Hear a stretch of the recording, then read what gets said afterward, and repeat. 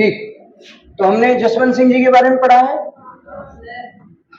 और जसवंत सिंह जी के बारे में हमने ये जानने की कोशिश की है कि आखिर जसवंत सिंह जी के मुगल बादशाह औरंगजेब के साथ जो रिलेशन थे वो किस तरह के थे, उनके बीच में किस तरह की समस्याएं थी, औरंगजेब की नीतियों का जसवंत सिंह जी किस तरह से समर्थन कर रहे थे क्या? तो क्या कर रहे थे? विरोध कर रहे थे। यहां तक कि हमने ये भी देखा कि जसवंत सिंह ने बार बार प्रयास किया कि औरंगजेब के विरुद्ध विद्रोह को भड़काया जाए और औरंगजेब के एक पुत्र मुअज्जम को तो जसवंत सिंह ने बादशाह भी घोषित करवाने में भूमिका निभाई। फिर हमने देखा कि जसवंत सिंह जी ने कुछ पुस्तकें लिखी थी। कौन कौन सी लिखी हैं? भाषा भूषण लिखी है, अपरोक्ष सिद्धांत सार, और क्या लिखी है? प्रबोध चंद्रोदय। फिर हमने देखा कि इनके एक दरबारी हैं मुहनोत नैन्सी, और मुहनोत नैन्सी ने दो महत्वपूर्ण पुस्तकें लिखी हैं। एक का नाम क्या है? मारवाड़ परगनारी विगत, और दूसरी है मुहनोत नैन्सी भी ख्यात। अच्छा, मारवाड़ परगनारी जो विगत है इसको गजेटियर भी कहते हैं। मारवाड़ का गजेटियर का क्या मतलब होता है? गजेटियर का मतलब होता है राजपत्र, यानी कि वो समाचार पत्र, वो पत्र पत्रिका जो राज्य सरकार खुद निकालती है उसको हम क्या कहते हैं? राजपत्र। तो गजेटियर किसको कहा जाता है? मारवाड़ परगनारी विगत। अच्छा, क्यों कहा जाता है? बताया था मैंने कल आपको, क्योंकि बताया था इसमें क्या क्या है।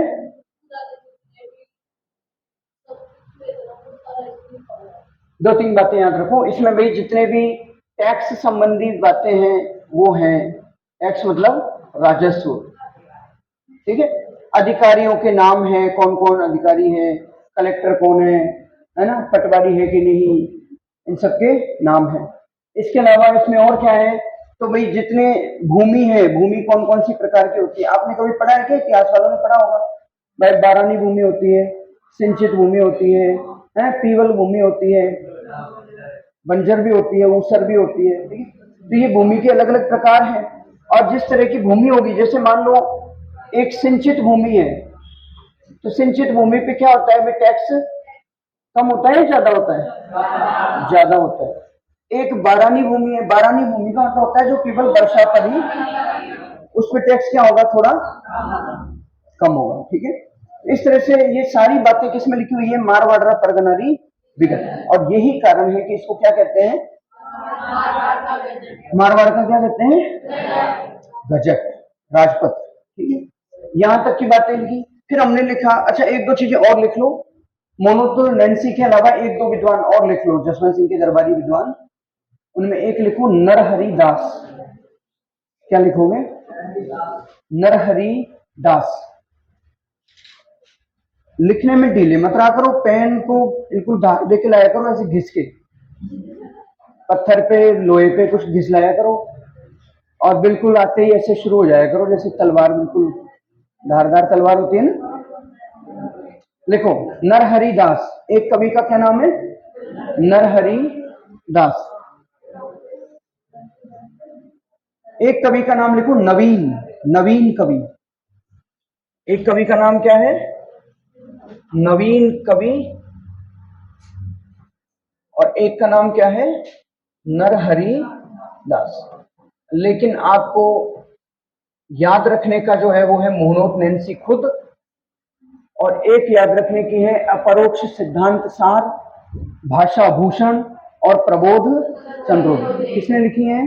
स्वयं जसवंत सिंह, ठीक है। इसके बाद देखिए, अभी हंसने की तो कोई बात आई नहीं, अभी क्यों हंस रहे हो एडवांस में? इसके बाद देखिए, आपको पता है कि जसवंत सिंह की आवाज ठीक आ रही है क्या? ज्यादा तो नहीं आ रही? सही आ रही है? मुझे तो ऐसा लगता है बहुत ज्यादा आ रही है, मेरे पास में है ना। हाँ, तो देखिए मैंने आपको बताया था कि जसवंत सिंह जी की मृत्यु हो गई थी कहाँ पे हुई थी? जमरूद अफगानिस्तान में। कहाँ हो गई थी? जमरूद। जमरूद अफगानिस्तान में इनकी जब मृत्यु होती है तो वो साल था 1678। अच्छा, औरंगजेब के लिए ये जो 2 साल थे ना, 1678 1680, ये बड़े अच्छे साल थे। हाँ, औरंगजेब के लिए इतने इसलिए अच्छे साल थे क्योंकि पहली बात तो जसवंत सिंह खत्म, तो वो क्या कहता है कि कुफर का दरवाजा ही, अगले 2 साल में फिर दो और दुश्मन जो कि औरंगजेब की नीतियों का कट्टर विरोध करते थे वो भी खत्म हुए। शिवाजी खत्म हुए 1680 में, और 1680 में ही राज सिंह। अरे राज सिंह को भूल गए क्या? महाराणा राज सिंह चारुमती को ले आए थे, है ना, वो वाले राज सिंह। तो राज सिंह जी से भी औरंगजेब की बहुत अच्छी दुश्मनी थी। तो ये दोनों तीनों 2 साल के अंदर अंदर खत्म। कहते हैं कि औरंगजेब ने डांस किया था, नागिन डांस होता है ना, औरंगजेब ने, इन तीनों की मृत्यु हो गई तो औरंगजेब ने क्या किया था? नागिन डांस किया, अकेले में किया था, बिल्कुल कमरा बंद करके। ऐसे उसने संगीत पर, नाच गाने पे प्रतिबंध लगा रखा था उसने अपने साम्राज्य में। उसने संगीत पर, नाच गाने पर प्रतिबंध लगा रखा था औरंगजेब ने। और प्रतिबंध इस तरह लगा रखा था कि बाकायदा जो संगीतकार थे ना, संगीतकारों ने अपने अपने वाद्य यंत्रों की शव यात्रा निकाली थी उसके राज्य में। औरंगजेब ने कह दिया था भाई कोई नाच गाना नहीं करेगा, कोई ये बजाएगा नहीं। क्या है नहीं ये कि ये सब तंबूरा नहीं बजाएंगे, ये क्या है कि ढोलक बजाना मत, नहीं तो तुझे ढोलक बना देंगे। इस तरह से फिर उन्होंने क्या किया, वो परेशान, उनकी रोजी रोटी खराब खत्म हो गई। भाई औरंगजेब ने मना कर दिया है, बादशाह का हुक्म है, बजा नहीं सकते। किसी की शादी हो रही है तो क्या करें, क्या बजाएं? कुछ नहीं बजाना, बजाना है ही नहीं, मना कर दिया। तो शादियों में अपने महिलाएं 2-4 गीत गा के छुट्टी कर लेती थी। ऐसे ही किसी के और भी कोई कार्यक्रम है तो ऐसी स्थिति में क्या हुआ था, सारे संगीतकार जो थे ना, संगीत वाले जो ऐसे जुड़े हुए लोग, उन्होंने एक बड़ी सी अर्थी बनाई। अर्थी पे अपने, किसी ने ढोलक को रखा, किसी ने हारमोनियम को रखा, किसी ने अपने तंबूरे रख दिए, बीना वगैरह इस तरह के, और उनकी शव यात्रा निकाली थी। औरंगजेब ने कहा कि ठीक है, शव यात्रा निकाल दो। विरोध विरोध प्रदर्शन का तरीका था, बड़ी प्रदर्शन कर रहे थे विरोध।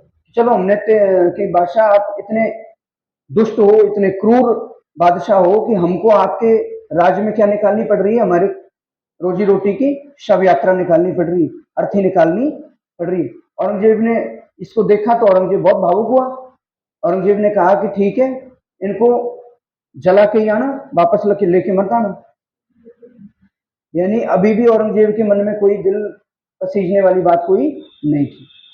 कहने का मतलब यह है कि औरंगजेब एक कट्टर इस्लामिक जो धर्म होता है उसका पालन करने वाला बादशाह था। जैसा कि आप सभी जानते हैं, वो उसने कई बार राजपूत राजाओं को प्रयास किया था कि वो क्या बन जाए, मुस्लिम बन जाए, इस्लाम धर्म को कबूल कर लें, कन्वर्ट हो जाए। और जसवंत सिंह से तो उसका हमेशा, जसवंत सिंह से, महाराणा राज सिंह से और शिवाजी से जीवन भर संघर्ष चलाया। किसका? औरंगजेब। यही कारण था कि जमरूद में जब निस्संतान मृत्यु हुई थी किसकी, महाराजा जसवंत सिंह की, तो उनकी 2 रानियां उस समय गर्भवती थी। ठीक, इधर जसवंत सिंह जी की मृत्यु हुई, इधर औरंगजेब ने डांस किया, और औरंगजेब ने कहा कि अब कोई दिक्कत नहीं है। अब सबसे ज्यादा खुशी की बात क्या है, वो तो मरना ही था, मर गया ठीक है, लेकिन खुशी की बात क्या है? क्या? अरे जोर से बोलो, क्या है खुशी?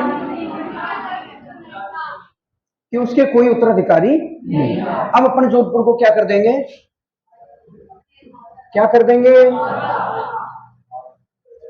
अरे मैंने बताया था ना, खालसा क्या होता है?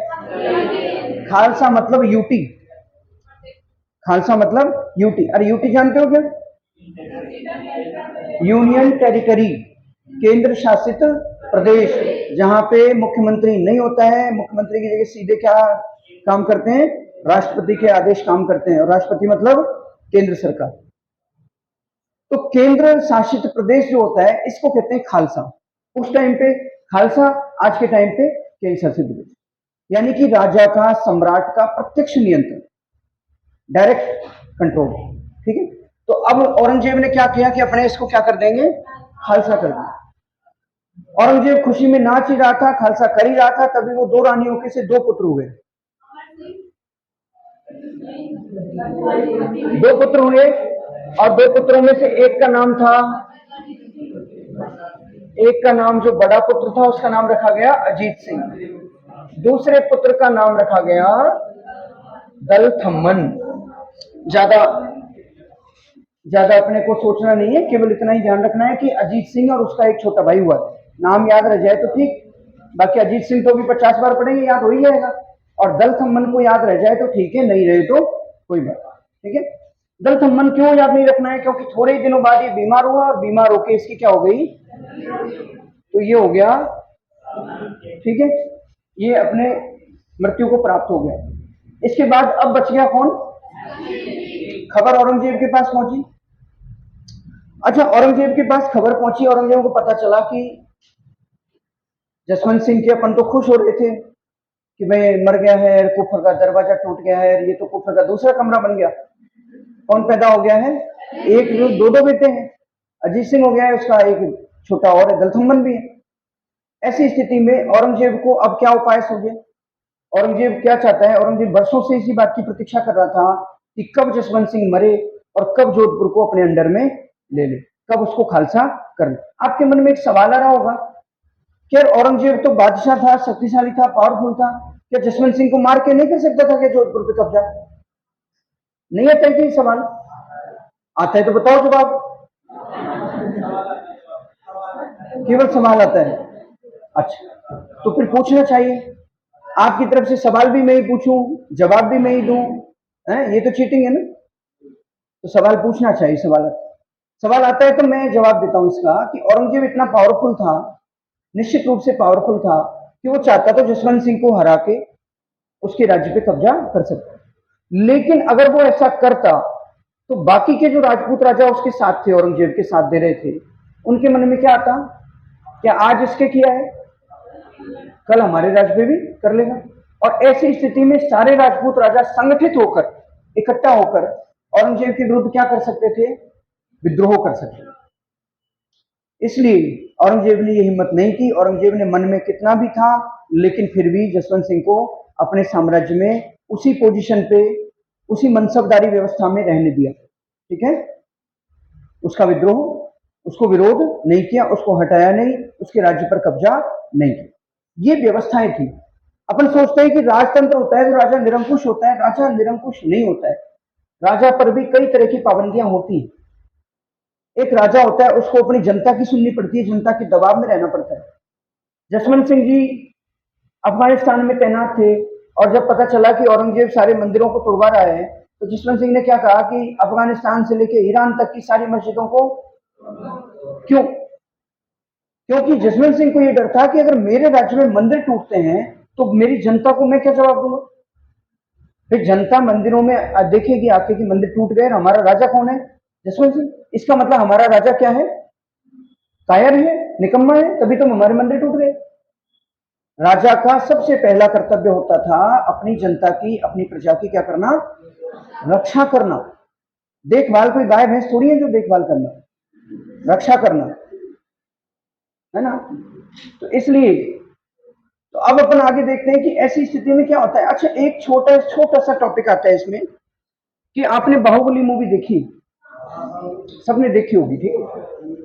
और अगर किसी ने नहीं देखी है तो वो देख लेना कभी, ठीक है। लेकिन अभी इतना याद रखिए कि उसमें एक कैरेक्टर होता है कटप्पा, कटप्पा होता है, और उस कैरेक्टर में एक क्वालिटी ये होती है कि वो राज सिंहासन के मुख्य सेवक की भूमिका में होता है।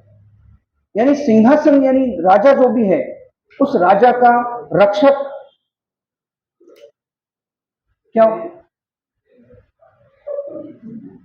बाहर भेज दूंगा मैं, शांति से बैठो और पढ़ो ना। तो राजा का सबसे बड़ा कर्तव्य होता है अपने राजा की, अपने प्रजा की रक्षा करना। ऐसी स्थिति में क्या होता है कि आपने मूवी में देखा कटप्पा जो है वो राजा के मुख्य सेवक की, रक्षक की भूमिका में रहता है, ठीक है।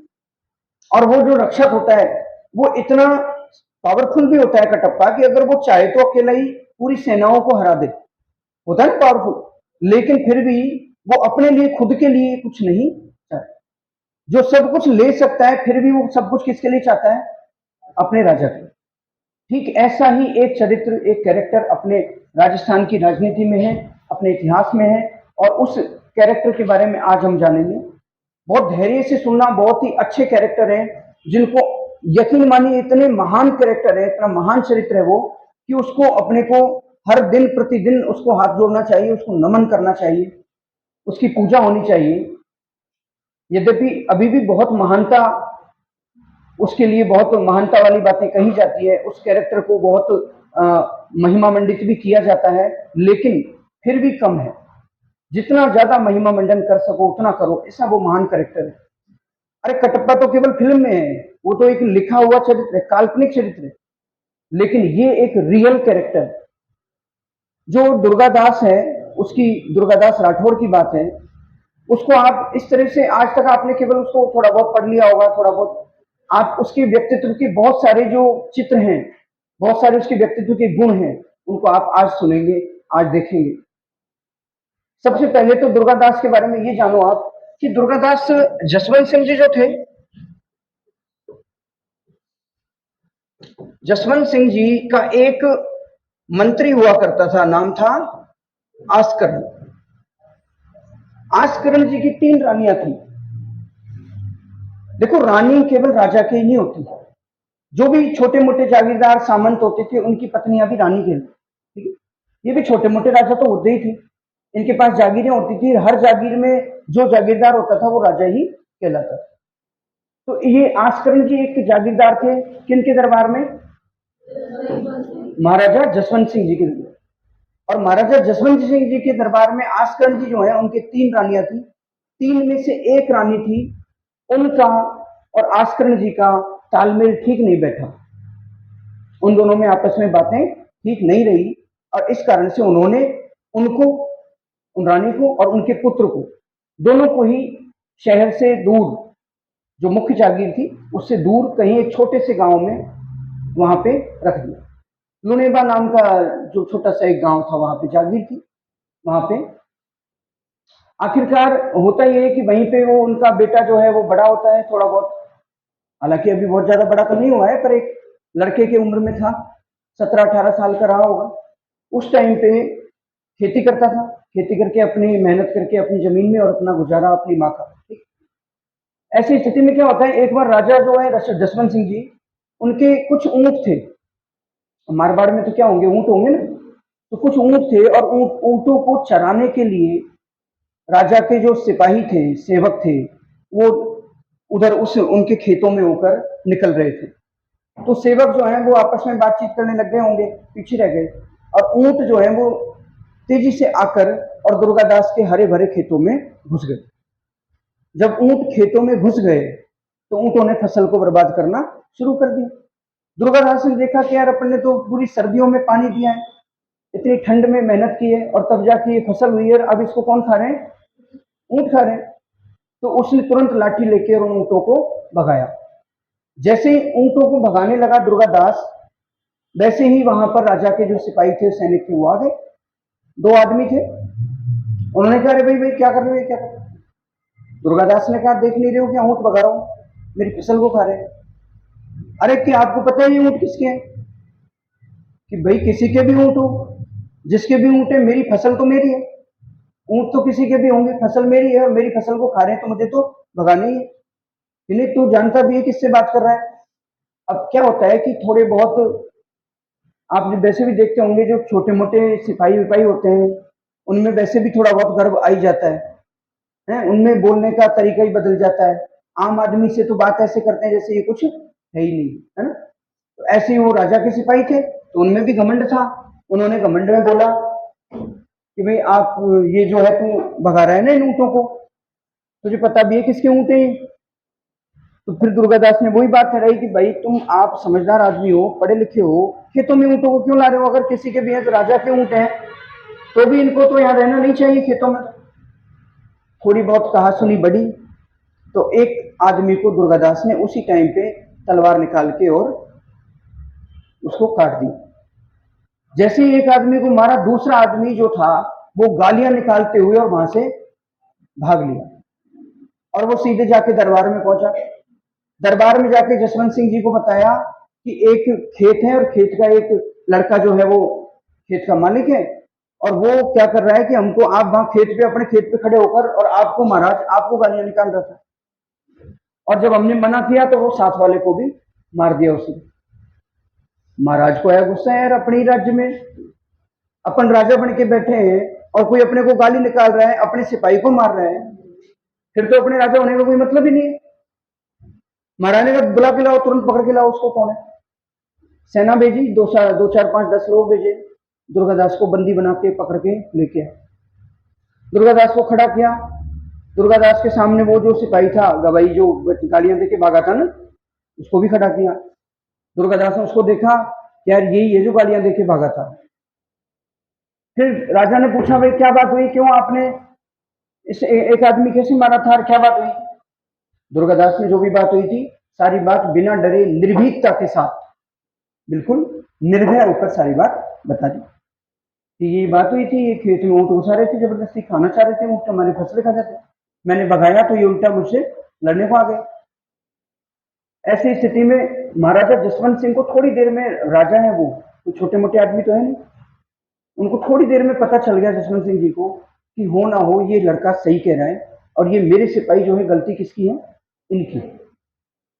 तो बात तो ठीक है, आगे बढ़ी। तो फिर महाराजा जसवंत सिंह जी के मुंह से निकल गया, यार ये बताओ, आखिर वो मेरा एक आदमी कैसे मारा था तुमने? दुर्गादास ने तलवार निकाली, दूसरा जो गाली देके भागा था ना, उसको वहीं के वहीं सलटाया, और के महाराज ऐसे मारा। ये क्या देखो, रिप्ले, वहीं पे रिप्ले दिखा दिया। महाराज जसवंत सिंह जी को लगा, यार ये आदमी कितना वीर बहादुर है, मेरे दरबार में खड़ा होकर मेरे आदमी को मेरे ही सामने सलटा रहा है, और फिर कह रहा है कि महाराज रिप्ले देख लो।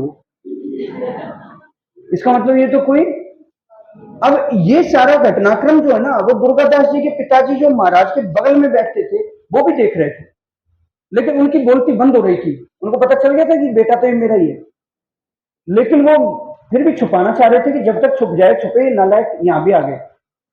तो ऐसी स्थिति में दुर्गादास जी के जो पिताजी थे, वो बार बार अपने मन को ऑलिज बेल ऑलिज बेल ऑलिज बेल कर थे कि भाई नहीं चले पता, नहीं चले पता। लेकिन अगला ही प्रश्न महाराज जसवंत सिंह, तुम्हारा बाप कौन है? दुर्गादास ने कहा, ये जो आपके बगल में। आसकन जी की ओर देखा जसवंत सिंह, आसकन जी कि महाराज आपके जो मन में आए इसकी सजा दो, मेरा इस नालायक से कोई लेना देना। नालायक कहने से समझ तो गए थे महाराजा जसवंत सिंह जी कि है तो किसका बेटा? आसकन जी। कि अच्छा है तो आपका? कि हाँ अच्छा मेरा ही है, ये गलती मुझसे हो गई थी, बहुत पुरानी गलती है, अब ये गलती इतनी बड़ी हो गई है, लेकिन मेरी तरफ से आपको खुली छूट है, आप मेरी तरफ से कुछ भी मत सोचो, और आप इसको जो चाहे सके। महाराज बहुत इंप्रेस हो थे। जसवंत सिंह जी बहुत गुणी व्यक्ति थे, बहुत विद्वान व्यक्ति थे, जौहरी, जौहरी जानते हो, पारखी व्यक्ति थे, परख जानते थे कौन अच्छा है कौन। महाराज जसवंत सिंह जी ने कहा तुरंत कि आसकन जी आप ये सिंहासन छोड़ो, इधर आओ। दुर्गादास को वहां बिठाया, और कि आज के बाद जोधपुर का दरबार जो है उसमें इनकी नियुक्ति की जाती है। दुर्गादास को अपॉइंटमेंट कहां मिल गई? जोधपुर दरबार। दुर्गादास ने कहा मेरी खेती बाड़ी, अरे कि यार तू शांति रख, तेरी खेती बाड़ी करवा देंगे। उसके दिमाग में तो वही चल रहा था अभी, एकदम से वो पचा ही नहीं पाया था कि अपन कहां से कहां पहुंच गए। फिर 2 4 दिन में उसको होश आया कि यार सिलेक्शन हो गया है, नौकरी लग गई, पोस्टिंग हो गई है। मतलब सिलेक्शन, नौकरी, पोस्टिंग एक साथ तीनों। और यहाँ तो ये होता है कि पहले सिलेक्शन होता है, फिर 1 2 महीने बाद पोस्टिंग के लिए आता है लेटर, फिर जाके वो स्थान देते हैं, फिर ज्वाइनिंग देते हैं, 6 महीने लग जाते हैं। कभी कभी तो ऐसे सपने आते हैं कि कहीं सरकार ने यूं कह दिया कि आपका सिलेक्शन हुआ, वो रद्द किया जाता है। ऐसे सपने और आते हैं उस टाइम पे, ऐसे बुरे बुरे सपने आते हैं। जब रिजल्ट से लेके, रिजल्ट आने से लेकर पोस्टिंग तक का जो टाइम है ना, बहुत बुरा निकलता है। पोस्टिंग होने के बाद व्यक्ति के जीव में जीव आता है कि हाँ, उससे पहले तो उसको यही लगता है हर दिन क्या बॉर्डर आएगा, अखबार में आएगा रद्द। तो ऐसी स्थिति में दुर्गादास जी को तुरंत, दुर्गादास इतना वीर था और जसवंत सिंह जी इतने पारखी थे कि एक धर्मत का युद्ध जो आपको याद है जसवंत सिंह ने लड़ा था, कौन सा युद्ध था? उत्तराधिकार वाला है। और धर्मत के युद्ध में औरंगजेब के पक्ष में कौन लड़ रहे थे? जसवंत सिंह, जिसमें से उसको मंत्री उठा के लाए थे, है ना, वो वाला युद्ध।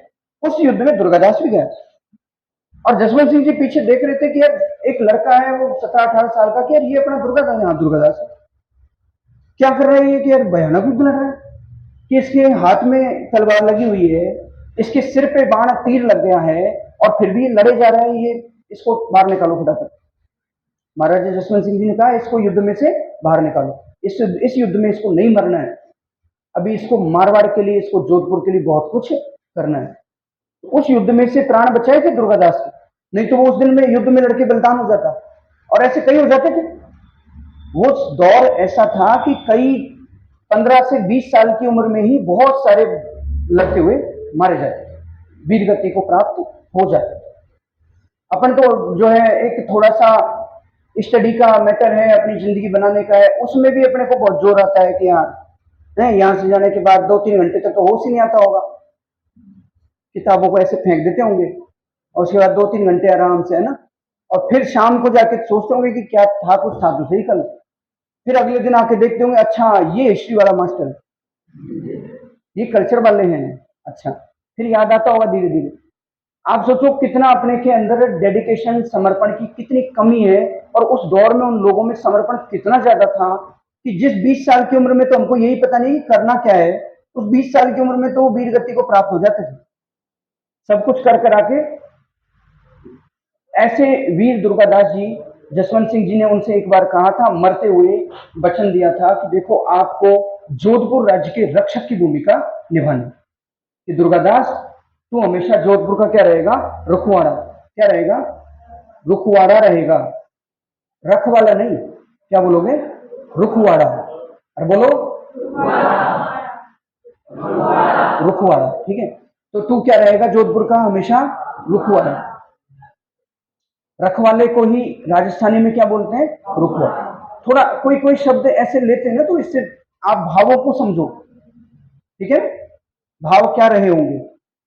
फिर क्या होता है कि अब यहाँ कहानी, जो वो पुरानी कहानी आपने दुर्गादास जी के प्रारंभिक जीवन के बारे में जानकारी ली है, फिर आप आगे चलिए।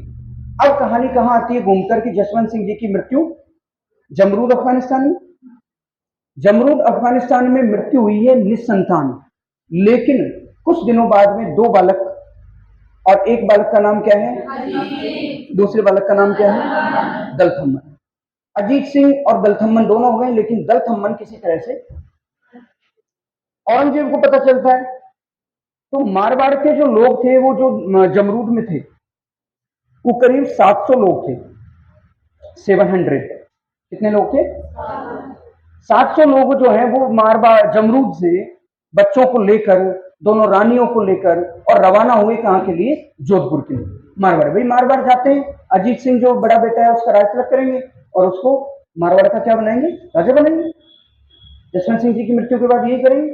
वो सब चल दिए वहां से निकल। इधर औरंगजेब को पता चला कि यार 2 बच्चे हो गए। औरंगजेब की स्थिति बहुत खराब हुई। औरंगजेब ने तुरंत घुड़सवार दौड़ाए उनके पास। औरंगजेब को एक चाल सूझी, औरंगजेब ने घुड़सवार दौड़ाए और घुड़सवारों को मैसेज देके भेजा दुर्गादास के पास। दुर्गादास ही था जोधपुर वालों का लीडर। दुर्गादास से कहलवाया कि आप ऐसा करो, कहां जा रहे हो? कि साहब मारवाड़ जा रहे, अजीत सिंह को राजा बनाएंगे। कि नहीं, आप मारवाड़ मत जाओ, आप पहले आगरा आओ, मुझसे मिलो और उसके बाद चले जाना, यहाँ अपने से कुछ बात करनी। तो उन लोगों ने, मारवाड़ वालों ने सोचा भाई ठीक है, बादशाह को कोई काम होगा, कोई बात करनी होगी, चल चलते हैं उधर, चल चलते हैं पहले, फिर चल चलेंगे। तो आपस में इतना विश्वास तो था ही, एक पक्ष के लोग हैं। आखिरकार वो सब कहाँ पहुंच गए? आगरा। आगरा पहुंच गए, मुगल साम्राज्य में पहुंच गए। फिर उसके बाद वहां पे क्या होता है कि औरंगजेब उनको कहता है कि यार अभी आप आए हो, थक के आ रहे हो, ऐसा करो थोड़ा आराम करो, रुको, उसके बाद कल सुबह बात करते हैं। ठीक है साहब। तो आपने आपके रुकने की व्यवस्था वहां कर दी है। रूप सिंह राठौड़, एक रूप सिंह राठौड़ है, शायद किशनगढ़ वाले थे वो, तो उनकी हवेली थी कि वो खाली पड़ी, उसमें जाके आप लोग सब आराम से रहो, वहीं आपके खाना दाना सब। रूप सिंह राठौड़ की हवेली में सबने जाके अपने अपने, बहुत लंबी चौड़ी हवेली थी, 600-700 लोग उसमें आराम से। फिर जब वो रहने लग गए, फिर उसके बाद देखा कि जैसे ही वो रात में सुबह उठे सो के, तो देखा चारों तरफ औरंगजेब ने सैनिक लगा रखे हैं, तोपें लगा दी हैं, सैनिक लगा दिए हैं। भाई सैनिक तो ठीक है, वो भी 700 थे, सैनिक तो लड़ते, पर तोपें भी सेट कर रखी, मिसाइलें तैनात हैं कि अब। और फिर दुर्गादास और वो निकले, बाहर निकल के फिर पहुंच के औरंगजेब से बात की कि ये क्या है। औरंगजेब ने कहा भाई ऐसा है, या तो अजीत सिंह को बना दो मुसलमान, अजीत सिंह को क्या बना दो, मुसलमान, या फिर आप यहां से जाओगे ही, यहीं पे क्या रहोगे, कैद, कोई राजा वाजा नहीं बनेगा, और जोधपुर को क्या कर देंगे, अरे क्या कर देंगे, खालसा। अब दुर्गादास जो है, इस बात को सुन के उनको काफी दुख हुआ, काफी अचंभा हुआ कि यार ये इस तरह की धोखाधड़ी हो गई है। तो आखिरकार वो सब लोग वापस हवेली में आ गए। अब हर दिन वो सोचे कि अब क्या करना है, क्या करना है, निकलना तो पड़ेगा ये, क्योंकि यहां से निकल के और मारवाड़ पहुंच जाएंगे, रजीत सिंह को राजा बना देंगे, तो वहां तो अपनी सेना है, अपना सपोर्ट है, अपने लोग हैं। लेकिन यहाँ बैठे बैठे तो कुछ हो ही नहीं सकता। अब वो रोज देखते हैं, रोज वो तोपें लगा रखी है, रोज तोपों पे सैनिक तैनात है। धीरे धीरे धीरे धीरे इस बात को 15 दिन हो गए, 20 दिन हो गए, 25 दिन हो गए, 30 दिन हो गए, और करें थोड़े 35 हो गए। इसके बाद क्या होता है कि वो सैनिक थोड़े ढिलाई में आ गए, जो तोपों के बाहर तैनात रहते थे। ऐसी स्थिति में 3 लोग थे। एक का नाम था गौरा, और गौरा का नाम था, गौरा का ये काम था कि गौरा के पास खुद की एक बच्ची भी थी। और एक था मुकुंद दास खींची, मुकुंद दास खींची। ये दो, गौरा को आप धाय के नाम से जानोगे, लेकिन अभी नहीं, पहले उसका नाम गौरा ही है, बाद में धाय बनेगी वो। तो गौरा जो है उसके पास में खुद की बच्ची थी गोद में। और गौरा क्या करती थी, कई बार, अब ऐसे तोहफे देते थे, हालांकि दो चार लोगों के आने जाने पे, हवेली से बाहर जाने पे कोई प्रतिबंध नहीं था, लेकिन तोहफे इसलिए लगा रखी थी कि सारे के सारे एक साथ नहीं भाग जाए। ठीक है, तो ऐसी स्थिति में क्या होता है कि अब ये लोग प्लान करते हैं कि अब निकलना तो पड़ेगा, या नहीं निकले तो अपने तो कोई राजा बना ही नहीं पाएंगे, जो अपने को खालसा कर देगा ये ना। ऐसी स्थिति में क्या करें, तो उन्होंने एक प्लान बनाया कि भाई ऐसा है, अपने कितने लोग हैं, 700 लोगों ने आपस में विचार किया कि अपने में से आप उन लोगों की भावनाओं को देखिए कि बाहुबली में एक कटप्पा है या हजारों कटप्पा है, वहां कटप्पा एक ही है, और वो भी फिल्मी कैरेक्टर है, जो कि लिखा हुआ है, काल्पनिक चरित्र, इमेजिनेशन है। लेकिन यहाँ पे रियल कटप्पा है, और एक नहीं, यहाँ पे सैकड़ों कटप्पा है। सैकड़ों लोग अपने एक छोटे से राजा, जो राजा बना भी नहीं अभी तक, तो केवल राजा का अंश है, राजा का बेटा है, और वो भी 1-2 दिन का, कुछ दिनों का है, उसके लिए सब अपनी कुर्बानियां, अपना बलिदान देने को तैयार हो गए। आप इमेजिन करो उन लोगों की क्या महानता रही होगी, किस स्तर का उनका देशभक्ति का भाव रहा होगा, किस स्तर पे उन्होंने अपनी स्वामी भक्ति को रखा होगा, किस ऊंचाइयों तक वो पहुंचे होंगे स्वामी भक्ति में। उन्होंने विचार किया 700 लोगों ने कि हम 700 में से केवल 50 या 100 लोग दुर्गादास जी के सहित कहां पहुंचेंगे, मारवाड़। बाकी के 600 लोग क्या करेंगे, अपनी कुर्बानी देंगे, अपना बलिदान देंगे। कैसे देंगे कि हम लोग 100-100 के टुकड़ों में निकलेंगे, 10-20 अब निकल गए, फिर 10-20, एक दिन में 100 लोग निकलेंगे, और 100 लोग थोड़ी दूर जाके, मुगल साम्राज्य से थोड़ा आगे जाके, कुछ किलोमीटर दूर जाके क्या लगा लेंगे, डेरा। फिर उनसे आगे 100 लोग और मिलेंगे, फिर उनसे आगे 100 लोग, ऐसे करके 5-6 जगहों पे हम 100-100 लोगों का क्या लगा लेंगे, डेरा। इनका काम ये रहेगा कि मुगल सेना जब हम निकलेंगे यहां से तो पीछा करेगी, और पीछा करेगी, उस टाइम पे हम उनको रोकेंगे, और तब तक रोकेंगे जब तक कि हम खत्म नहीं हो। भाई मरना तो नहीं, बचेंगे तो नहीं, मुगल सेना बहुत सारी, आप 100 लोग कितने देर तक, 2 घंटे 3 घंटे, लेकिन जितना रोक सकेंगे रोकेंगे, ताकि मुगल सेना लेट हो, और इतनी लेट हो जाए कि मारवाड़ तक बच्चा जो राजकुमार अजीत सिंह है उसको पहुंचा दिया। और पहुंचाने का काम रहेगा दुर्गादास जी का। दुर्गादास जी के साथ रहेंगे करीब 50 से 100 घुड़सवार, ये तेजी से भागेंगे। और दुर्गादास जी बहुत जिंदा रहना जरूरी है, क्योंकि दुर्गादास जी को आगे भी मारवाड़ की सुरक्षा के लिए आवश्यकता होगी, दुर्गादास जी की जरूरत आगे भी रहेगी, इसलिए दुर्गादास जी को जीवित रखना है। और इसलिए 50 या 100 लोग तो यहाँ दुर्गादास जी के साथ निकलेंगे, बाकी के लोग 100-100 के टुकड़ों में। अब मान लेते हैं कि ये मुगल सल्तनत है, मुगल साम्राज्य है, और यहां से आप ये रास्ता मान लेते हैं, और यहां पे है मारवाड़। इन लोगों ने इस तरह से कुछ रास्ते में अवरोध किए कि 100 लोगों ने यहां पे डेरा लगा दिया है, 100 लोगों ने, ठीक है, 100 लोगों ने यहां पे, फिर यहां पे, फिर यहां पे, और फिर इस तरह से इन्होंने करके इस रास्ते को क्या कर दिया है, पैक कर दिया। अब ये पैक करके क्या कर रहे हैं कि ये यहां पे जो 100 लोग हैं, यहां से जब मुगल सेना आएगी तो सबसे पहले मुगल सेना को रोकने की जिम्मेदारी किसकी होगी, इस वाले दिन। अब ये रोकेंगे जितना रोक सकेंगे, फिर ये जब मर जाएंगे तो फिर ये रोकेगा, फिर ये रोकेगा, फिर ये रोकेगा, और हमारा लक्ष्य क्या रहेगा, मारवाड़ तक किसको पहुंचाना। चलो ये प्लान बन गया है, ये प्लान बन गया। उसके बाद लेकिन सबसे पहले तो सबसे बड़ी बात तो ये थी कि वो बच्चे को कैसे हवेली से निकालें। बच्चे को हवेली से निकालने के लिए गौरा जो थी उसने अपनी बेटी का बलिदान किया। उसने अपनी बेटी के स्थान पर गोद में किसको उठाया, अजीज। अपनी बेटी को छोड़ा, वो बाद में आई, कैसे आई, आई नहीं आई कोई पता नहीं, लेकिन उसने अपनी बेटी को छोड़ा, पहले अपने राजा को गोद में उठाया, और उठा के उसने, और जब बाहर निकली लोगों ने, उसने बेटी के कपड़े पहना दिए बच्चे को।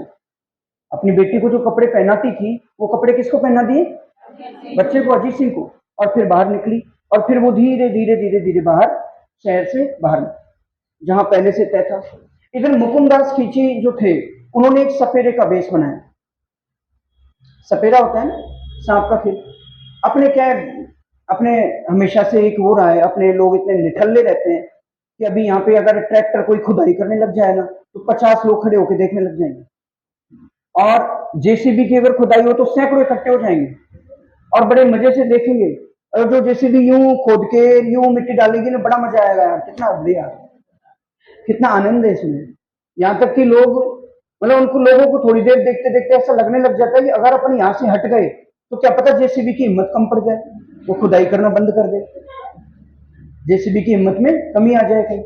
इसलिए वहां यहाँ खड़े रहो भाई, जब तक जेसीबी खोद रही है तब तक अपने खड़े रहो, देखते रहो, है ना। अपन देख रहे हैं, इससे जेसीबी को क्या मिल रही है, हिम्मत, एनर्जी आ रही है जेसीबी। ऐसे लोग हैं। तो फिर मुकुंदास जी तो पूरा सांप लेके आ गए, फिर वो सांप का खेल दिखाने लगे, तो सारे सैनिक जो इकट्ठे हो गए और बढ़िया नागिन नागिन चलने लग गया। अब होने रहे नागिन नागिन है। फिर इसके बाद इधर वो सैनिक जो है नागिन का खेल देखने में बिजी हुए, इधर 10-20 लोग करके। अब मुकुंदास खींची हर दिन शाम को बढ़िया अलग अलग नाग लाते और अलग अलग सांपों के खेल दिखाते, और हर दिन इस तरह से कुछ कुछ कुछ कुछ करके सारे लोग यहाँ से हवेली में से निकल गए। फिर जैसा कि प्लान था, इन सब लोगों ने अपनी कुर्बानी दी, इन्होंने इन्होंने इन्होंने इन्होंने इन्होंने, और मुश्किल से मुट्ठी भर 700 लोगों में से मुश्किल से 70 या 80 लोग कहां पहुंच पाए। लेकिन इन देशभक्तों की, इन वीरों की सबसे बड़ी बात यह थी कि इन्होंने अपने छोटे से राजकुमार को कहां पहुंचा दिया, मारवाड़ में जाके दुर्गादास जी अजीत सिंह का क्या करते हैं, राज करते हैं। लेकिन औरंगजेब को पता चलता है, खैर वो तो लेके भाग गए। औरंगजेब इस चीज में क्या करता है कि एक अब औरंगजेब की ये सबसे बड़ी औरंगजेब की इज्जत पर बात आ गई, जो उसके राज्य में से, उसकी सुरक्षा में से मारवाड़ वाले उसके कैदी को लेके भाग गए। औरंगजेब दरबार में आया, और दरबार में आके उसने कहा कि भाई देखो ऐसा है, अपने जो है किसी को कहना नहीं है, मुख्य दरबार में किसी को कहना नहीं है क्या है क्या नहीं। वो एक नकली बच्चा लाया, मतलब बच्चा असली था लेकिन नकली अजीत सिंह लाया, और उसने दरबार में आके घोषणा की कि देखो वो जो दुर्गादास है ना, वो अजीत सिंह को लेके ही नहीं गया है, अजीत सिंह तो ये रहा मेरे पास, और इसका नाम क्या है, अजीत सिंह, लेकिन आज मैं इसको क्या बना रहा हूं, मुसलमान। अब इसका नाम होगा मुहम्मदी राज। क्या हो जाएगा, नकली अजीत सिंह। और प्रश्न पूछा जाता है कि नकली अजीत सिंह का नाम क्या था, तो मुहम्मदी राज। किसने रखा था, औरंगजेब। औरंगजेब ने अपनी एक पुत्री थी, अपनी जो बेटी थी, उससे कहा कि मेरी बेटी को इसके अजीत सिंह के यानी कि जो नया लड़का जो मुसलमान बना है मोहम्मद इराज, इसके भरण पोषण की, इसकी देखभाल की जिम्मेदारी दे दी। इस तरह से औरंगजेब ने ये करके ये सोचा कि इससे मैं क्या करूंगा, उनके जो अजीत सिंह को वो लेके गए उसको तो वो तो क्या साबित हो जाएगा कि फेक है, और ये जो लड़का रहेगा इसको मैं क्या बना दूंगा, अजीत सिंह, ये बड़ा होके इसको वहां का बना देंगे, ये है अपना ही। इस तरह से औरंगजेब की चाल थी, लेकिन ये बाद में सफल नहीं होनी थी। और दुर्गादास ने इस समय से यानी 1678 था, 1678 से लेके 1708 तक, वैसे तो 1707 में ही खत्म हो गया था ये संघर्ष, लेकिन देवारी समझौता होता है, ये बातें आगे बताऊंगा मैं। 30 साल तक भयानक संघर्ष किया, 30 साल तक क्या किया, संघर्ष किया औरंगजेब से, इसलिए इसको कहते हैं मुगल मारवाड़ 30 वर्षीय युद्ध। क्या कहते हैं, मुगल मारवाड़ 30 वर्षीय युद्ध। इस महान वीर ने, इस महान स्वामी भक्त ने अपने सारी क्षमताओं का उपयोग किया। ऐसा कहते हैं कि दुर्गादास जी जब इस संघर्ष में थे उनको खाने का टाइम भी नहीं मिलता था, तो अपने भाले में एक उनका फोटो है, म्यूजियम में लगा हुआ है, जोधपुर जो संग्रहालय है, जोधपुर संग्रहालय में एक उनका पोस्टर है।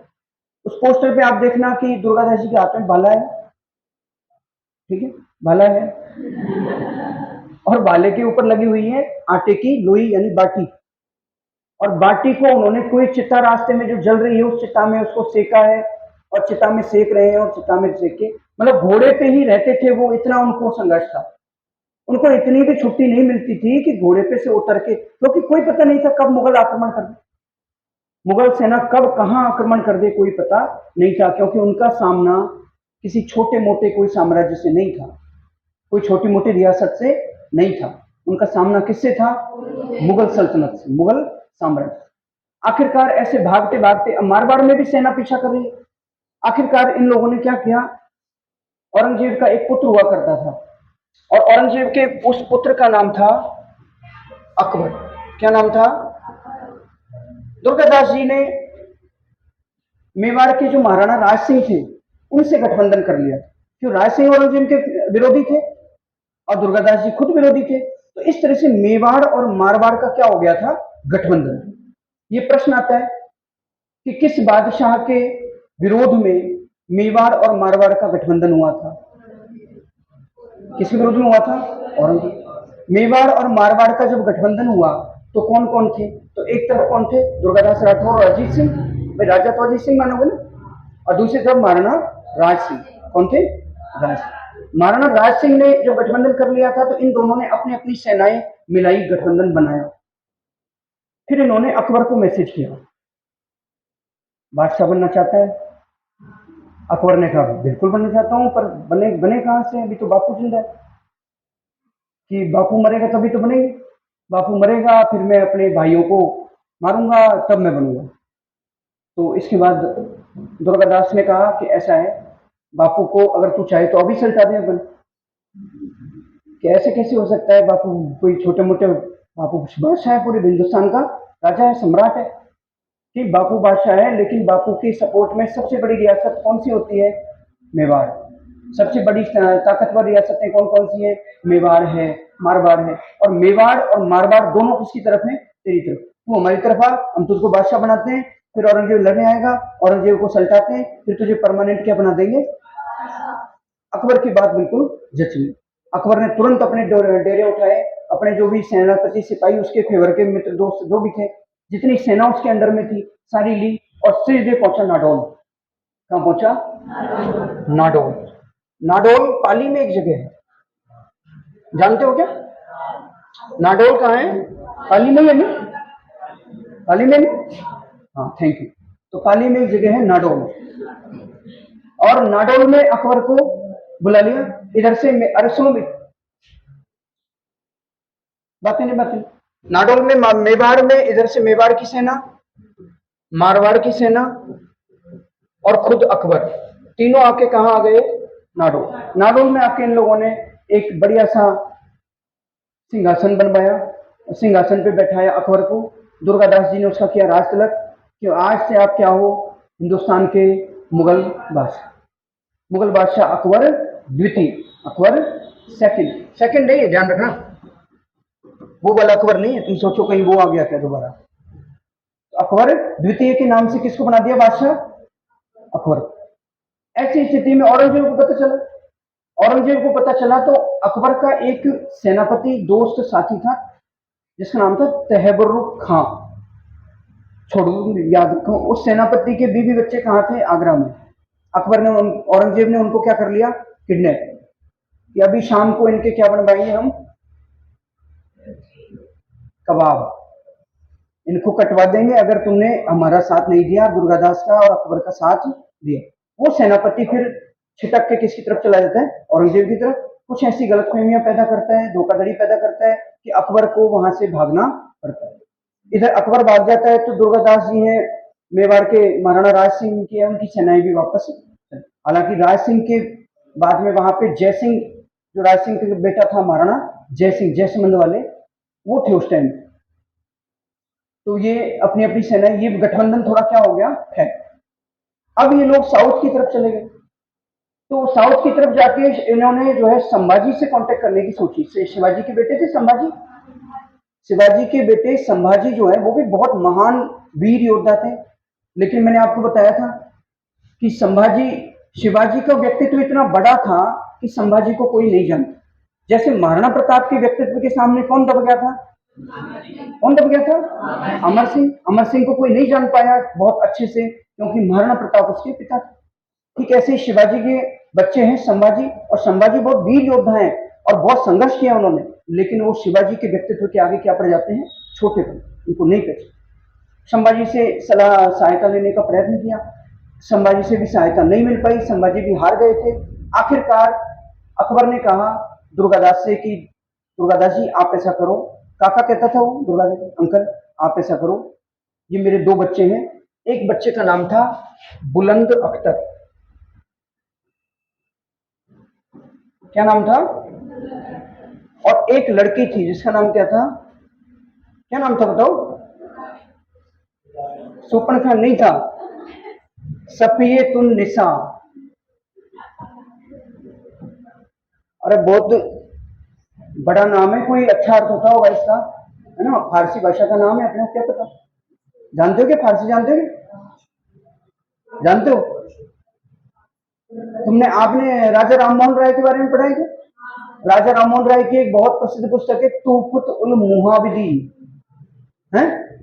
उसका इंग्लिश में जो ट्रांसलेशन है ना वो है गिफ्ट टू मोनोथीस्ट, एकेश्वरवादियों को उपहार। पढ़ा है क्या इतिहास वालों?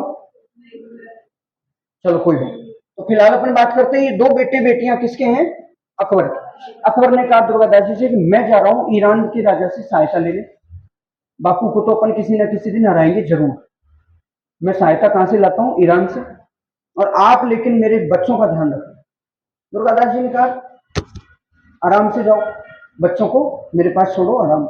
दुर्गादास जी बच्चों को लेकर मारवाड़ आ गए, मारवाड़ में इंतजार कर रहे हैं। इधर अकबर क्या कर रहा है? ईरान में सहायता लेने की कोशिश कर रहा है, लेकिन दुर्भाग्य से ईरान के राजा ने, औरंगजेब ने मैसेज किया ईरान वाले राजा को, और ईरान के राजा ने अकबर को मार डाला, अकबर को खत्म कर दिया। अकबर की बहुत दुर्दांत मृत्यु हुई, और ऐसी स्थिति में वो बच्चे कहाँ रह गए? दुर्गादास जी के पास रह गए। दुर्गादास जी ने उन बच्चों का जो है अपने कस्टडी में रखा। तो मारवाड़ वाले जो सरदार थे, जागीरदार थे, उन्होंने कई बार कहा कि यार अपने अजीत सिंह को मुसलमान बनाना चाहता था कौन? औरंगजेब। अपने औरंगजेब का पोता अपने पास है कि नहीं? औरंगजेब की पोती अपने पास है, तो इसको हिंदू बनाते हैं और इसका विवाह किससे करते हैं? अजीत सिंह से करते हैं।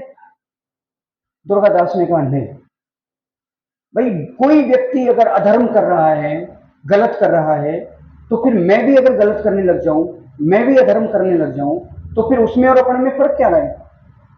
वो दुष्ट है, उसकी प्रवृत्ति है, वो सर्प है, और सर्प का स्वभाव क्या होता है? डसना, विष होता है उसका स्वभाव। लेकिन अपन तो मनुष्य है, अपने को तो समझना चाहिए। ऐसा थोड़ी है कि सांप ने अपने को काटा और अपन ने उठाया सांप, तूने मुझे काटा, ये ले। ऐसा तो अपन को नहीं करना चाहिए। तो इस तरह से आप मनुष्य कहलाते हो जब आप अपनी मनुष्यता के गुणों को बनाए रखते हो। दुर्गादास जी से कई बार कहा कि आप एक दुश्मन के बच्चों को, उसके पोते हैं भाई, अकबर तो गया, लेकिन ये है तो दुश्मन के बच्चे, और दुश्मन के बच्चों को आप आराम से हिंदू बनाओ, इनका कुछ भी करो, वो अपना क्या कर सकते हैं। और उस दौर में ये बहुत सामान्य बात थी, दुश्मन की महिलाओं को, दुश्मन के बच्चों को छोड़े नहीं जाते थे, उनके साथ बुरा व्यवहार होता ही था। एक मात्र उदाहरण आप देखते हो महाराणा प्रताप का है, जो रहीम खान खाना की जो बेगमें थी, बच्चियां थी, उनको सबको सह सम्मान, यहाँ तक कि उनको वेश पहनाकर, वेश जानते हो ना, वो वेश पहनाकर उनको वापस, देवी को वेश पसंद है, ठीक है। तो इस तरह से आप ये देखते हो कि इतने हमारी राजपूताने के योद्धाओं में ही इतनी स्वाभिमान वाली, इतनी ईमानदारी वाली, इतनी साहस वाली बातें थी कि वो ऐसा कर सके। नहीं तो दुश्मन का तो अगर कुत्ता भी हाथ लग जाता था, उस कुत्ते को भी काट के खा जाते थे लोग, नहीं छोड़ते थे ऐसा। और ये एक बार दो बार नहीं, हजारों बार ऐसा हुआ है। दुश्मन की महिलाओं को, बच्चों को नहीं छोड़ा जाता था, महिलाओं को गुलाम बना दिया जाता था, उनको अलग अलग जगहों पे बहुत जो निहायत बुरे धंधे होते हैं उनमें लगा दिया जाता था, उनको बहुत बुरा किया जाता था, उनके साथ ना बुरा व्यवहार होता था। संभाजी को औरंगजेब ने मारा था, इस तरह मारा था कि आप कल्पना नहीं कर सकते, कि हर दिन एक उंगली काटी जाती थी। ऐसे नहीं कि एक बार में काट दिया मार दिया ना, आज एक उंगली काट दी, अगले दिन ये काट दी, फिर ये काट दी, फिर ये काट दी, फिर एक आंख निकाल दी, फिर कई दिनों तक नाक काट दी, कान काट दिया, फिर एक एक अंग काटा था, छोटे छोटे अंग काट काट के, और नदी में बहाता था औरंगजेब रोज। ऐसे ही क्रूर नहीं कहते, आप तो पढ़ते हो, अपन पढ़ते हैं, अपने को लगता है क्रूर रहा होगा, निर्दयी रहा। क्रूर निर्दयी तो कुछ नहीं है, इन शब्दों के वास्तविक अर्थ अपन नहीं जानते। इतना भयानक औरंगजेब।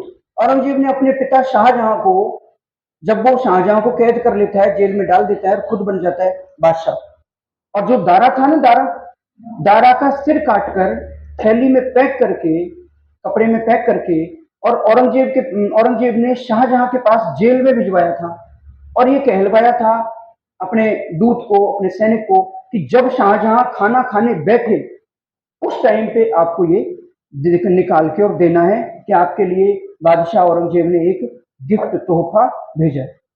कहते हैं कि शाहजहां जब खाना खाने बैठा तो सैनिक ने लाके दिया कि पहले रुकिए, ये आप देखिए गिफ्ट भेजा है आपके लिए। औरंगजेब ने वो तोहफा भेजा था, उसने उस कपड़े को हटाया, कपड़े में उसके प्रिय पुत्र, उसके सबसे बड़े पुत्र दारा का सिर था। सोचो उस बाप से क्या बीती होगी। 10 दिनों तक उल्टी करता रहा वो, 10 दिनों तक, 15 दिनों तक खाना नहीं खा पाया वो। इतना भयानक यातनाएं दी थी शाहजहां को। तो क्रूरता की हदें पार की थी औरंगजेब ने, अपने खुद के पिता को कैद में डालना और अपने बेटे का सिर देखने को मजबूर करना। सोचो कितना भयानक रहा होगा। तो ऐसे दौर में दुश्मन के बच्चों को पाल रहा है ये अपना कटप्पा। ऐसे दौर में वीर दुर्गादास दुश्मन के बच्चों को पाल रहा है। आखिरकार क्या होता है कि अकबर की मृत्यु का समाचार औरंगजेब के पास पहुंचता है। औरंगजेब कहता है यार चलो ठीक है, वो तो मर गया, लेकिन वो अकबर के बच्चे थे, वो कहाँ है? कि साहब वो दुर्गादास के पास। अब औरंगजेब को बड़ा दुख हुआ, चिंता हुई कि यार मेरे पोते पोती हैं, दुर्गादास दुश्मन के पास है, जाने क्या सलूक कर रहा होगा। भाई वो खुद छोड़ देता क्या? नहीं छोड़ता। तो उसको कैसा लग रहा था, पता नहीं क्या कर रहा होगा बच्चों का, जाने किस किस तरह से उनको यातनाएं दी जा रही होंगी, परेशान किया जा रहा होगा। आखिरकार औरंगजेब एक पत्र लिखवाता है, और पत्र लिखवा के पहले तो दुर्गादास को फ्रेंड रिक्वेस्ट भेजता है। दुर्गादास एक्सेप्ट करता है, तो मैसेंजर पे लिखता है कि भाई देखो दुर्गादास ऐसा है, युद्ध लड़ाई अपने में है, बच्चों ने तेरा कोई बिगाड़ा नहीं है, मेरे पोते पोती उनको वापस भेज। दुर्गादास कहता है तू तेरे बेटे को ही मारने पे तुला हुआ था, तू इनको कैसे छोड़ देगा? अपने को तेरा विश्वास नहीं है, इसलिए मेरे दोस्त के बेटे बेटी हैं। अकबर क्या था? मेरा दोस्त था। अब मैं तुझे भेज दूं, तू उनको मार दे, मैं ऊपर जाके अकबर को क्या मुंह दिखाऊं? मैं ऐसा नहीं करूंगा। आखिरकार किसी तरह से एक मीडिएटर था, ईश्वरदास नागर, जो मुगल दरबार में रहता था, मारवाड़ के ही थे ईश्वरदास नागर। उसने बहुत अच्छा एक किताब भी लिखी है इसके लिए, अपने औरंगजेब के लिए, तो वो अपन आगे देखिए। उसने मध्यस्थता की, मीडिएटर बना वो, और आखिरकार कैसे भी करके और दुर्गादास ने उन बच्चों को भेजना स्वीकार कर। कहते हैं दोनों बच्चों को भेजा गया, कहाँ पे? औरंगजेब के पास। सफीतुन्निसा उस टाइम तक बड़ी हो चुकी थी, बच्ची बड़ी हो गई थी, है ना, बच्चा भी थोड़ा ठीक ठाक हो गया था। ऐसी स्थिति में जो है औरंगजेब बड़ा खुश हुआ अपने पोते पोते को देख के, भाई अपना बेटा तो मर गया, नाकारा था, निकम्मा था, निठल्ला था, लेकिन ये तो अपने क्या है, पोते पोती। और कहावतें हैं आपने भी सुनी होगी कि मूड से ज्यादा प्यारा क्या लगता है, नहीं सुनी? अरे मंगल से उतरे हो क्या सब? मूल से ज्यादा प्यारा क्या लगता है? ब्याज। नहीं सुनी क्या? वास्तव में नहीं सुनी? तुम राजस्थान के हो ही नहीं, कहाँ के हो तुम सब? मूल से ज्यादा प्यारा ब्याज लगता है, नहीं सुनी आपने? Very good. हाँ देखो, ये बेटों से ज्यादा क्या अच्छे लगते हैं?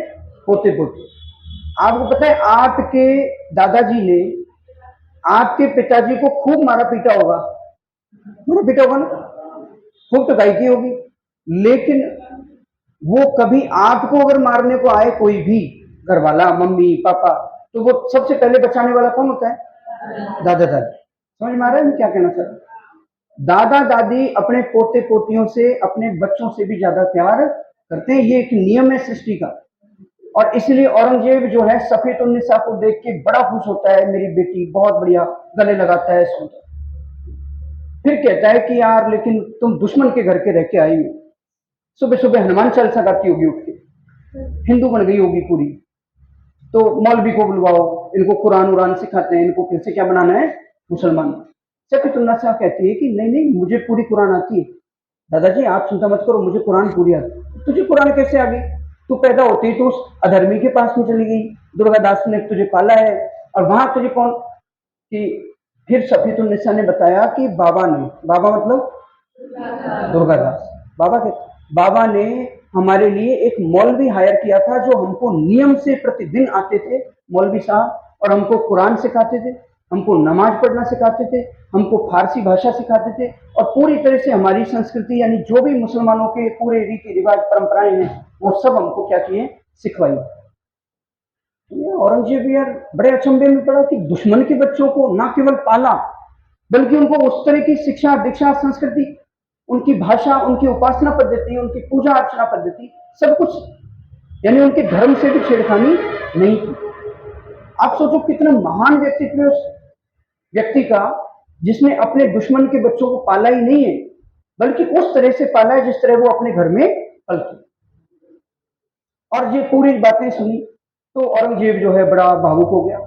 औरंगजेब को स्थिति ये हो गई कि रोने ही वाला था, लेकिन फिर कंट्रोल किया औरंगजेब ने, सोचा यार दरबार में हंसी उड़ जाएगी, अपन रोते थोड़ी, अपन तो रुलाते हैं, तो इस तरह से उसने कंट्रोल किया, और कंट्रोल करके फिर सफीतुल्लाह से पूछा कि सफीतुन्निसा ये बता बेटा कि दुर्गादास है कैसा? अब उसके मन में थोड़ा सॉफ्ट कॉर्नर आया कि कैसा है, बुढ़ा हो गया है, कम हुआ है, कि थोड़ा बहुत अभी शरीर मोटा है, तगड़ा है, पतला हो गया, कैसा है?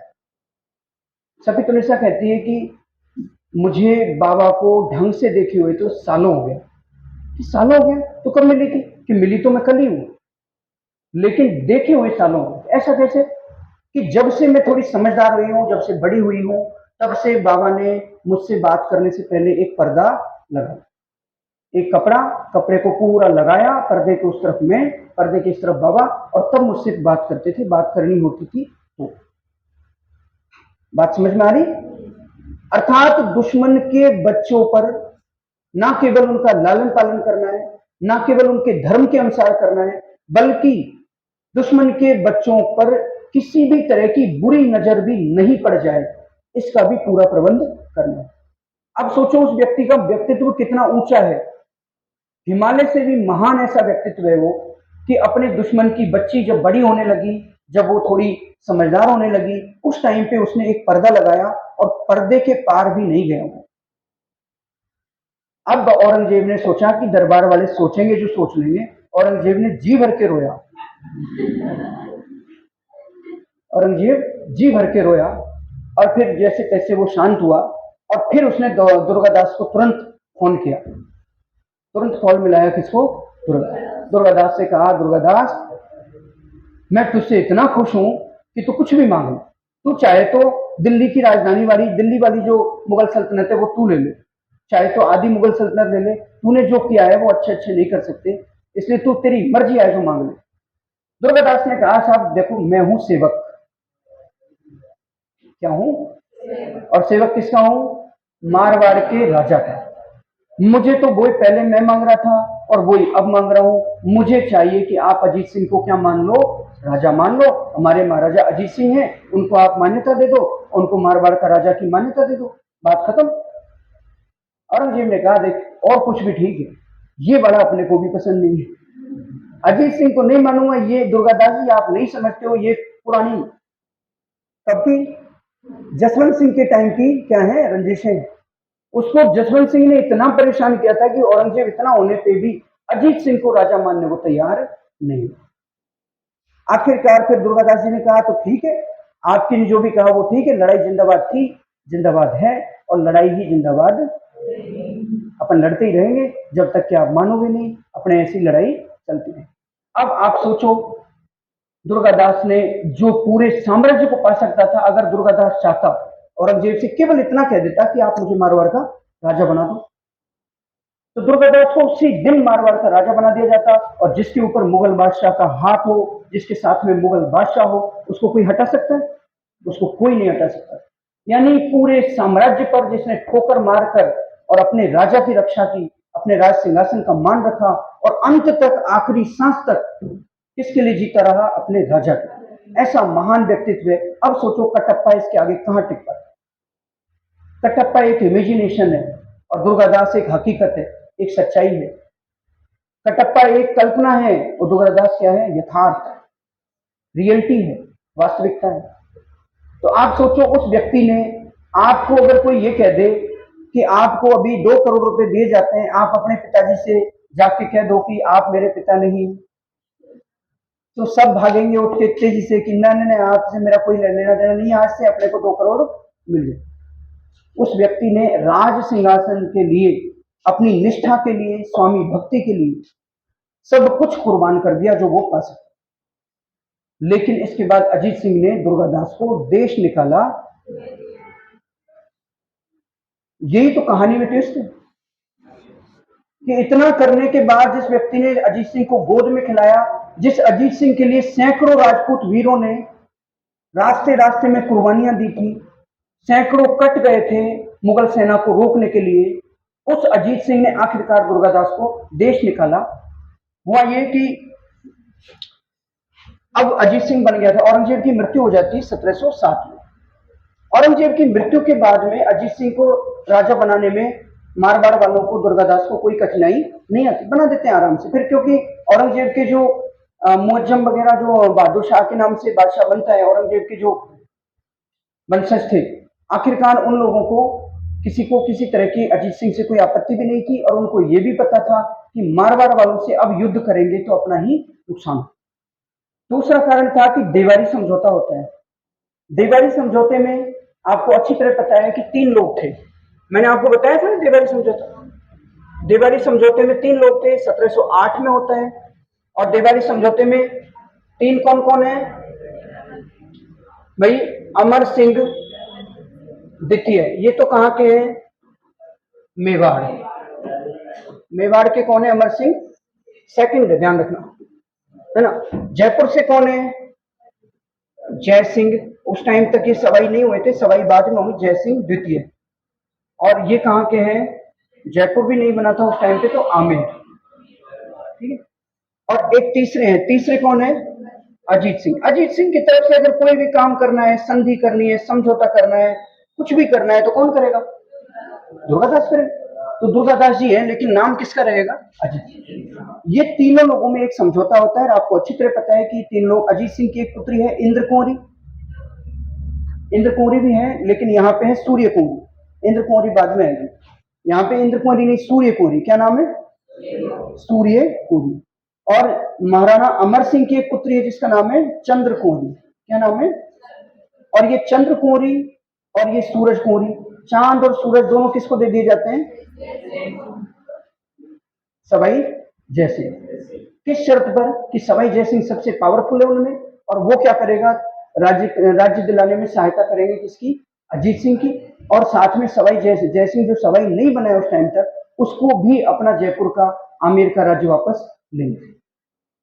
क्योंकि बहादुर शाह ने, आपको, आप जयपुर वाला पढ़ोगे ना, जयपुर राजवंश, तब इसको डिटेल में करेंगे। अभी के लिए इतना समझो कि देवारी समझौता होता है। देवारी समझौते के बाद महाराजा कौन बनते हैं? अजीत सिंह। मारवाड़ के शासक कौन बनते हैं?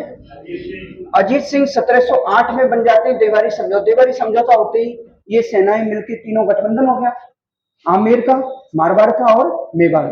और राजस्थान की तीनों सबसे शक्तिशाली रियासतें जब मिल गई तो मुगल बादशाहों ने समझ लिया कि अब इनसे लड़ने का कोई लाभ नहीं है, इसलिए अपने क्या कर लेते हैं, अजीत सिंह को क्या मान लेते हैं? मारवाड़ का राजा। और आमेर का राजा भी किसको मान लिया गया? जयसिंह। अच्छा, इसके बाद स्थिति ये बनती है कि अजीत सिंह शासन कर रहा है बढ़िया। अब अजीत सिंह दरबार में आके बैठता है। दरबार में कोई भी आता है तो सबसे पहले अजीत सिंह के पास में कौन बैठा है? दुर्गादास बैठा है। तो दरबार में कोई भी व्यक्ति आता है, दूसरे राज्य से आता है, दूत आता है, कोई सैनिक आता है, तो सबसे पहले आके गुड मॉर्निंग किससे कर रहा है? दुर्गादास जी। दुर्गादास जी गुड मॉर्निंग। फिर उसके बाद देखता है कि अरे अजीत सिंह जी आपको भी गुड मॉर्निंग। ऐसी स्थिति में धीरे धीरे अजीत सिंह को लगने लगा कि यार इन दुर्गादास जी के चक्कर में अपना राजा बनने का तो कोई मतलब ही नहीं है, अपन तो केवल सिंहासन पे बैठे हैं, वास्तव में राजा तो कौन है? देखो व्यक्ति कितना स्वार्थी होता है कि उसके मन में यहाँ पे अपनी, केवल अपनी ईगो, अपने स्वार्थ, अपने स्वाभिमान, केवल इस चक्कर में उसने दुर्गादास जी की उपेक्षा करना शुरू कर दिया। और आखिरकार उसने दुर्गादास जी को एक दिन कहा कि आप बाबा, अब आप बूढ़े हो चुके हो, अब आप दरबार में मत आया करो, मैं देख लिया करूंगा। दुर्गादास जी ने सोचा यार बच्चा है, इसको क्या ज्यादा पता है, अभी अपने को आना चाहिए, अभी मारवाड़ के सिंहासन को और अपनी जरूरत है, अपने को यहाँ पे कुछ राज्य के हित में काम करने हैं, तो अभी आना चाहिए। आखिरकार एक दिन एक तरबूज भेजा गया किसके पास? दुर्गादास जी सुबह सो के उठे थे, एक सैनिक आया और एक बड़ा सा तरबूज दिया दुर्गादास जी को कि ये आपको किसने भेजा है? अजीत सिंह जी, महाराजा ने भेजा है। दुर्गादास जी ने जब देखा तरबूज तो दुर्गादास जी समझ गए। दुर्गादास जी समझ गए। क्या समझ गए? कि ये क्या भेजा है? अरे क्या कहते हैं तरबूज को? मतीरा। और मतीरा में क्या आता है? मतीरा में आता है मत, और मत का मतलब होता है मना करना, ये संकेत होता था। इसको कहते हैं मतीरो। मतीरो बोले तो मत रहो। मतीरो का क्या मतलब है? मत रहो। तो दुर्गादास जी इतने ज्ञानी, अनुभवी व्यक्ति थे, वृद्ध व्यक्ति थे, वो समझते थे कि राजाज्ञाओं का आदेश क्या होता है, किस तरह से राजा अपने संकेत देता है। और राजा का संकेत ये था मतीरा भेजकर कि आप अब यहाँ पे मत रहो। दुर्गादास जी ने काले कपड़े पहने, काले घोड़े पे सवार हुए। जब भी कोई देश निकाला दिया जाता था ना, किसको, किसी व्यक्ति को देश से निकाला जाता था तो वो काले कपड़े धारण करता था, काले घोड़े पे सवार होता था। ये ऐसे होता था, वो दुख होता था उसके मन में, अपना दो दुख, अपना देश कितना भी बुरा हो प्यारा लगता है? आपको फागी अच्छा लगता है? ये अच्छा है, लेकिन लगता तो है ही नहीं। आपको जयपुर अच्छा लगता है? अच्छा है, ठीक। ऐसी इसी तरह से जब उनको वहां से देश निकाला मिला तो उन्होंने काले कपड़े धारण किए, काले घोड़े पे बैठे और वहां से। अब आपको पूरे इतिहास में इस तरह का उदाहरण नहीं मिलेगा कि जिसके लिए पूरा जीवन संघर्ष में, पूरे मतलब घोड़े पे से उतरने का भी अवकाश नहीं मिला हो, जिसको गोद में खिलाया हो, अपनी जान कुर्बानियां दे देकर, अपने घर परिवार, अपने बच्चों का तो दुर्गादास जी को पता ही नहीं था कि कितने हैं, कहाँ हैं, कैसे पल रहे हैं, खाना खा रहे हैं कि नहीं खा रहे हैं, क्या हो रहा है। घर वाले कहते हैं कि हम पे भी कि आप तुम्हारा अपना ध्यान रखो, मेरा काम क्या है? राजा की रक्षा।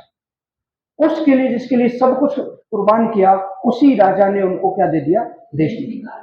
और उस आदमी ने एक बार भी नहीं सोचा, ये भी नहीं पूछा कि क्यों क्यों दिया है देश निकाला, नहीं पूछा, और सीधा अपना घोड़ा लेके मारवाड़ से मेवाड़ आते हैं। मेवाड़ के महाराणा उनको एक जागीर देते हैं, जागीर में कुछ दिनों रहते हैं, फिर उनका मन उब जाता है। फिर क्षिप्रा नदी जो है उज्जैन में है, उज्जैन में महाकाल की नगरी है शिव। क्षिप्रा नदी के तट पर उनकी मृत्यु होती है, और क्षिप्रा नदी के तट पर ही उज्जैन में दुर्गादास राठौड़ की क्या है? छत्री। ये कैरेक्टर इतना महान है कि आप इस कैरेक्टर की थोड़ी बहुत तुलना कर सकते हो अकबर के संरक्षक बैरम खान। बैरम खान के बारे में आप जानते हैं? कौन कौन जानते हैं? बैरम खान ने अकबर को, जब अकबर केवल 10 साल का, 11 साल का छोटा बालक था, जब अकबर के ताकतवर नहीं था, उसके पक्ष में कोई नहीं था। उस टाइम पे ईंटों का सिंहासन बनाकर और अकबर को राजा बनाया था किसने? बैरम खान। चाहता तो बैरम खान खुद बन सकता था, लेकिन उसने किसको बनाया? अकबर। और फिर उसको इस्टेब्लिश किया, उसको दिल्ली का बादशाह बनाया। और फिर उस अकबर ने उस बैरम खान को भी क्या कह दिया कि अब आप हज के लिए, बैरम खान को क्या कह दिया था? आप हज के लिए चले जाओ। और जब हज के लिए बैरम खान को कह दिया था, तो बैरम खान ने कहा कि ऐसे कैसे चला जाऊं, ये बादशाह मैंने तुझे बनाया है, तू क्या था? तू कुछ नहीं था, ऐसे कैसे? आखिरकार बैरम खान युद्ध लड़ता है, किससे? अकबर से। और उस युद्ध में हारता है। उसके बाद वो हज के लिए जाता है, और हज के लिए जाते टाइम रास्ते में एक कोई अफगान जो पुरानी रंजिश के चलते उसकी हत्या कर देते। तो बैरम खान और दुर्गादास के कैरेक्टर जो है, दोनों के चरित्र, दो व्यक्तित्व जो हैं, वो एक हद तक तो समान है। लेकिन दुर्गादास जी हिमालय की तरह ऊंचे हैं, और बैरम खान ऊंचा तो है लेकिन केवल अरावली की तरह। अरावली और हिमालय में जितना अंतर है उतना अंतर है, क्योंकि अपने स्वामी के विरुद्ध बैरम खान विद्रोह कर देता है, लेकिन दुर्गादास जी ये भी नहीं पूछते कि आखिर आप मुझे देश निकाला क्यों हो। इतना महान व्यक्तित्व है। इसलिए अब आप, ये दुर्गादास जी की कहानी है। अब आप ऐसा करो, लिखे, थोड़ा लिखाते हैं कुछ थोड़ा बहुत।